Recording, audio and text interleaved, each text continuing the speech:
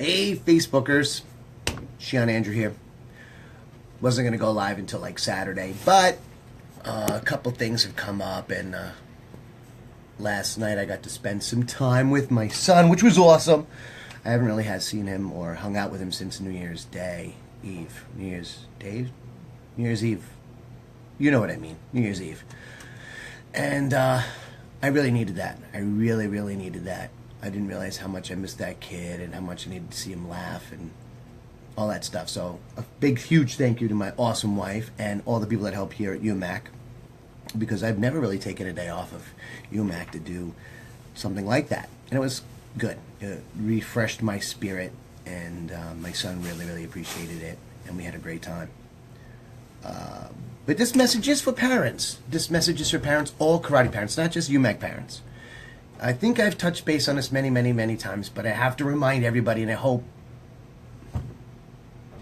it froze for a second. I have said this many, many, many, many times, and I hope you remind yourselves this frequently and remind other parents that how important this topic is. Number one, kids don't always tell the truth. Two, they know that a parent's love will never be lost. So they will act up at home. They will act up at home because mom and dad will always love them. They will always act up at home. It happens to the best of the kids, to the medium kids, and to the kids that really need a lot of help. Just remember that. And I'm not sure if you guys can see this cool poster right here. Oh, there's a lot of reflection on there, but you can see me, and I'm holding one of our young students right there upside down. And the poster says, my favorite thing about UMAC is hanging out with my favorite instructors. We have a lot of awesome instructors here. Okay? And hopefully Vincent Monaco gets to class, because we all miss him. And Rob's doing a great job. All right, so here's the thing. And this was inspired by kids, actually, not even by the parents. Well, maybe a couple parents' comments. Often I get asked, how's my kid doing in class?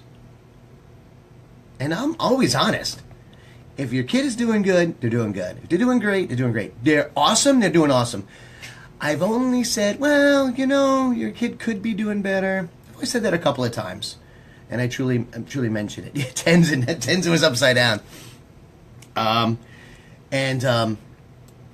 I know out there that a lot of parents are competitive with their children against other children. And you shouldn't do that, because everybody grows at different rates. They can go to the same class, the same school, the same teacher, and learn different things because they grow at a different rate. They think at a different rate. They behave at a different rate. There are chemicals in their body of responding and shifting around at different rates and different times. Some kids are energetic in the morning. Some kids are energetic at night. You guys kind of know this. You see it all the time. But you got to remember this always, that your kid might not be the best in the dojo. They might not remember the most. They might not kick the highest or punch the strongest. That doesn't make them the worst kid in the class, okay? And you guys should not put that kind of pressure on your child, ever. Ask them if they did good. Support them. In our class, sometimes if you're not paying attention, do a couple push-ups. You can ask them, why you did push-ups? They might say, I don't know. But they know. They always know. And say, oh, okay, all right. Hopefully next time you won't have to do any push-ups. Stay focused. And support them.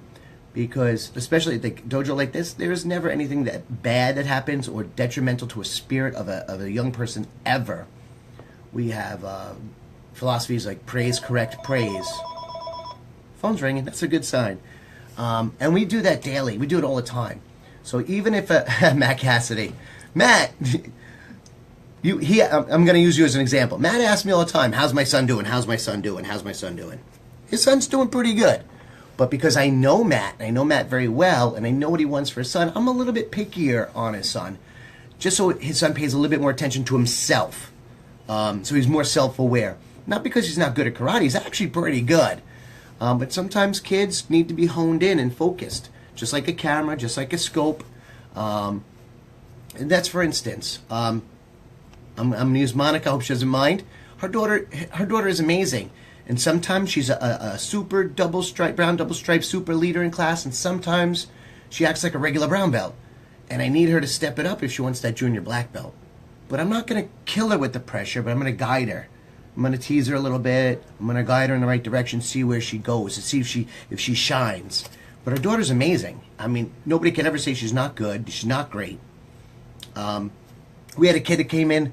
I'm looking at little notes right here. We had a kid, my good friend, Seagung Greg Zilb over at Authentic Shaolin Kung Fu Studios, who's doing a BOGO. I will mention that later. Buy 1 month, get one free for new members. He is doing it. He called me up, said, do I want to do it? I said, yes. So if you're listening and you're an adult student, new friend, new person, and you want to try training for this month only, we are doing a buy one, get one free.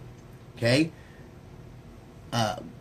We're always trying to get teens and adults more involved because it turned out great last time and we got some people interested and they're doing a great job and they're having fun. They didn't realize how awesome martial arts is for themselves. Back on track. This kid comes in like a week ago, 2 weeks ago, and he says, I don't want to go to class today. My mom doesn't let me do anything.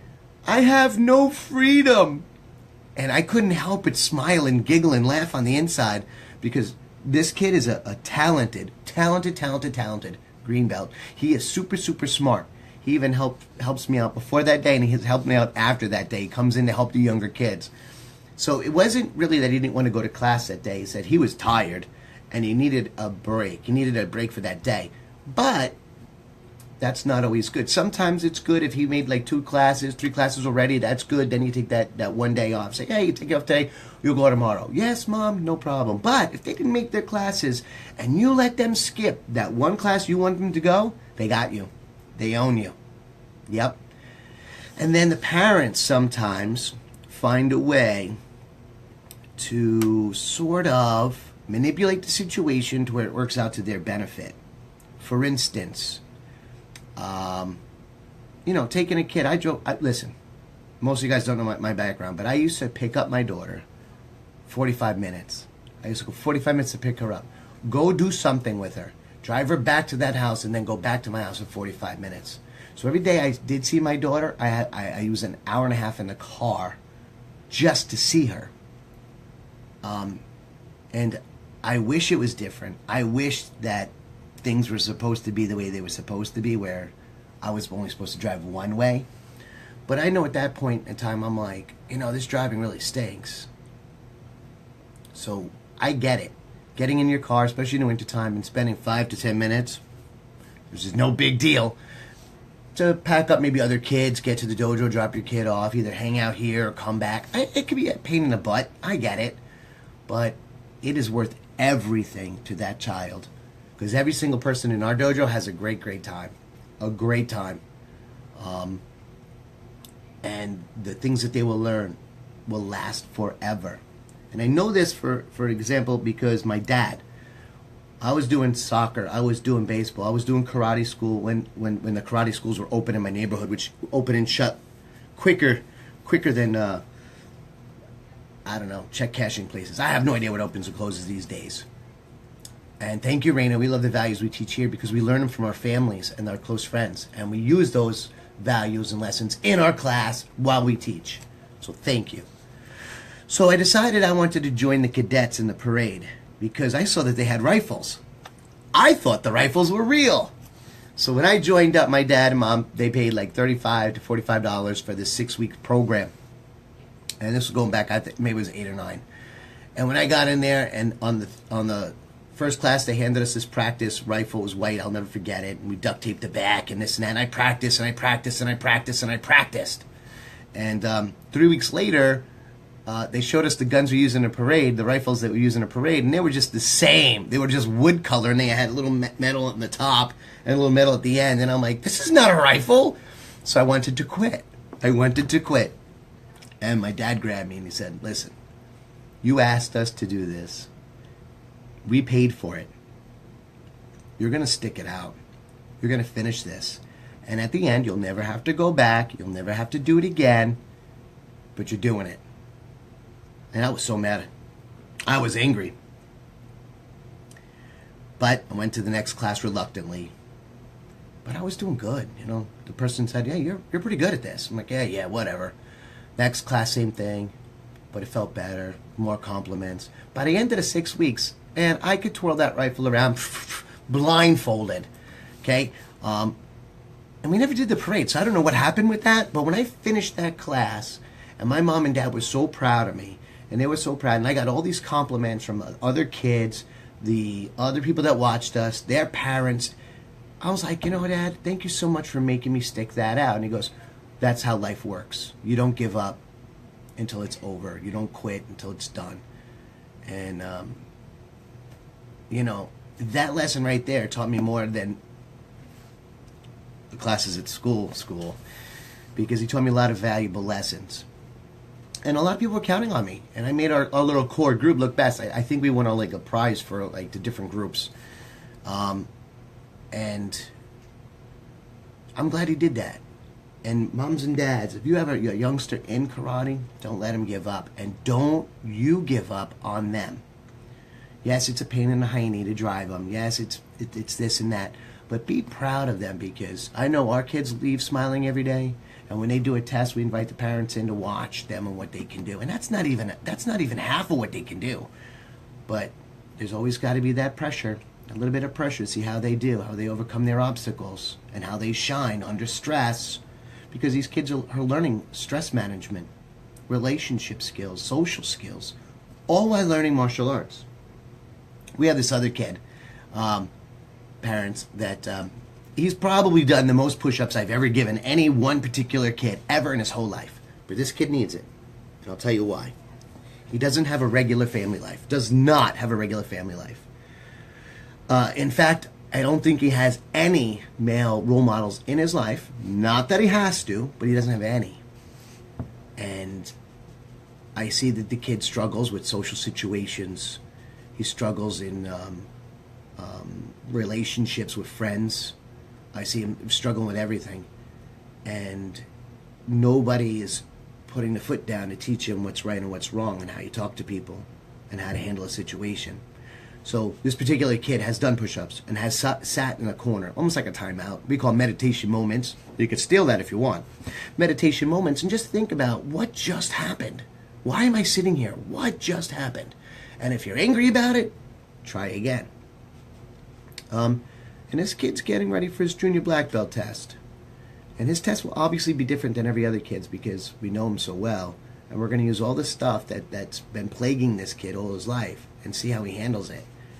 But I'm very happy that his mom has not given up on him training, because we are doing our job. We're doing our best to help him overcome the situations that he's in. And he's in some pretty rough situations. So, you know, every kid on that floor is important. Every single kid, every single second. Which is why we don't let one person sacrifice the entire group or the learning of the group. No one person, including myself. That class is not important to me. The class is the most important part. So if I have to do something or handle something, that class goes on. Okay? Because they need to know that life goes on. No matter what happens at that moment, there's the next moment, the next moment, the next moment, which is all part of learning too. Teenagers are rough. And moms and dads, if you think your teenager's a super angel and nothing's ever going to be bad and nothing's ever going to happen, watch the news. Bad things happen to good people. Good kids do stupid things. And teenagers will be driving soon. They might even get a job. What kind of person will they be? You know, you've done your job, and I'm sure well, and they're going to reflect that with their work ethic. The way they talk to their bosses, the way they talk to clients or members or the public, whatever their job they're doing. And even if, let's just say, they're cleaning the roads, maybe they're a road cleaning crew. Are they cleaning up the best they can? Are they taking pride in their work? A lot of kids don't do it that much. They don't have that kind of pride. They don't know the kind of work. They want a lot of money for very little work. So martial arts teaches them that. But they get praise, correct praise. Hey, you're doing a great job for trying. Oh, you made a mistake right there, fix it. Hey, good job, you fixed it. Fantastic. So it works wonders with them, but they can't give up. Martial arts is great for them. It's the best thing that they could do, because it's been proven. All the kids that train here as teenagers that stuck it out through black belt training, have always come back, emailed me, Facebooked me, send me videos of their family, their jobs. They're doing great. They're doing phenomenal. And every single one, at one time or another, says, thank you for everything you did for me. Thank you for keeping me on the right track. Thank you for pushing me a little bit. Thank you for believing in me when other people didn't. Thank you for believing in me and supporting me when I was acting up at home. Teens belong in martial arts because it supports family values. It supports good structure in their life. Okay, not all kids are cut out for college, but if they get a job, they got to do that job well. Or they're going to wish they went to college. And vice versa. Not all kids are meant for the working world, so college will help them find a job or a niche that they can go where work isn't so much work, it's more fun. These are all the things that we teach on the floor every day. So I want to thank you guys for joining me for this 15 so minutes. I don't know if there's comments on here. It hasn't been scrolling. Oh, there's some people on here. Oh, I'm sorry, guys. I did not know that you guys have been responding. I was just rambling, but it's all true. So please share this video.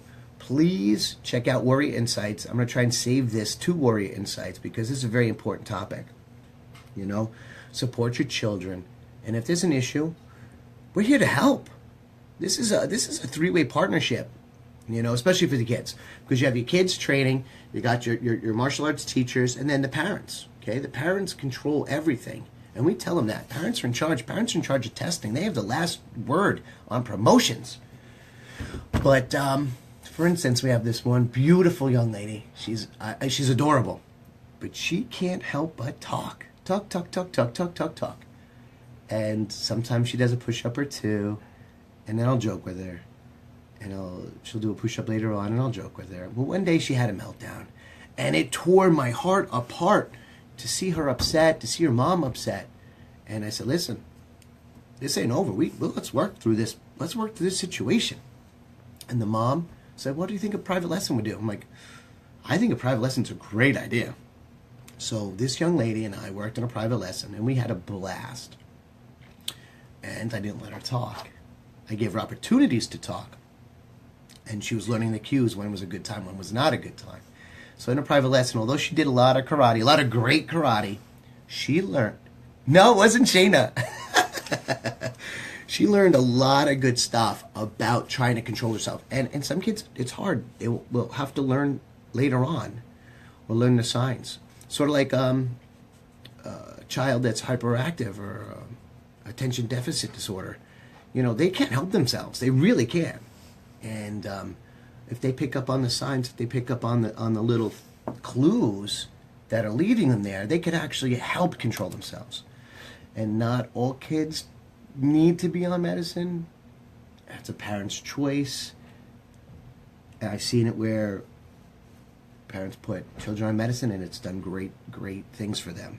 Great focus, great stuff, and it was a great move. And I've seen where parents put kids on medicine and then took them off soon after because they're paying attention the whole time. That wasn't just the Band-Aid, so to speak. And I get it. I do get it. And I don't want to tell you why I get it. But, parents, you have a rough job. You always have a rough job. People like me, people like Siegel and Greg Zilb, people who love martial arts, teach martial arts, all the instructors here at UMAC, we love what we do. And we are here. Thank you. And we're always here to help, one way or another. And that's why sometimes I get a little cranky when people don't help one another. They don't see outside of what's going on, or think about the other side, or supposedly put the shoes on the other foot kind of thing, or the grass is always greener. Grass is always greener. Grass is always greener, but your grass is probably greener to somebody else. More stuff that we teach in martial arts. All right, I'm really going to disconnect this video and find a way to save this to Warrior Insights. Please check that out for good stuff. And to all of you, I wish you the best. A great day. We're going to have an awesome day here. It's Thursday, so we get to spar a little bit, bounce around, and learn from one another.